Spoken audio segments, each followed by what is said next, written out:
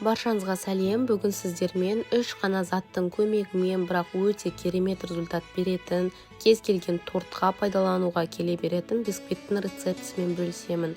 Бірінші кезекте ыдысқа 5 жұмыртқаны салып, оның үстінен 150 грамм қант салып, екеуін бірге жақсылап бір келкетіп араластырып аламыз. Шамамен 5-6 минут осылай миксермен араластырған кезде ол өзінің көлемін үлкейтіп, көпіршіп, ақ түске енеді.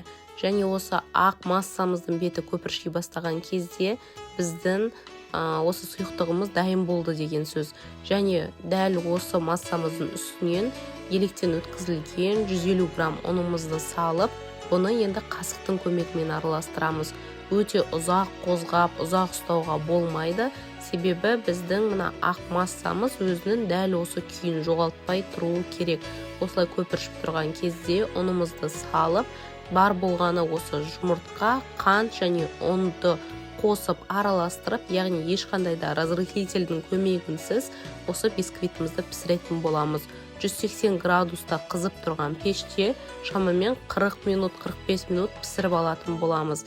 Ескере кететін жағдай, бисквиттің пісу уақыты ол сіздің духовкаңызға да байланысты. Яғни пешіңіз егер қатты қызатын болса, бетін фольгамен жауып қоюға тырысыңыз. Сол кезде күймей біркелкі болып піседі. Көріп тұрғандарыңыздай, менің бисквитім 40 минутта пісіп шықты. Өзі сондай жұмсақ және дәмі өте ерекше. Егер балалық шағыңызда сказка деген торттың дәмін татып көрген болсаңыз, бұл бисквиттің дәмі дәл сол торттың бисквиттің дәміне келеді.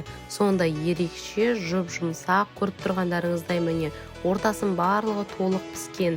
Мен бұл бисквиттен тез арада өзіме ұнайтын сондай оңай кремді дайындап, торт жасап жіберуге шештім.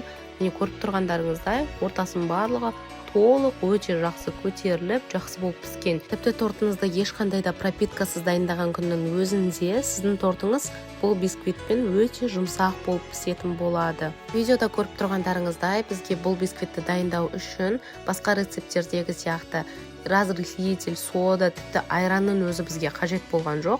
Бар болғаны әр асханадан табылатын 3 заттан осындай бисквит дайындап шықтық. Міндетті түрде осы рецептпен дайындап, комментарийде өз ойларыңызбен, пікірлеріңізбен бөлісуді ұмытпаңыздар. Міне менің тортымның результатын қазір видеоның соңында көрсетемін. Сіздермен болған Айгерім. Арнаға жазылуды, міндетті түрде лайк басып, комментарий жазуды ұмытпаңыздар.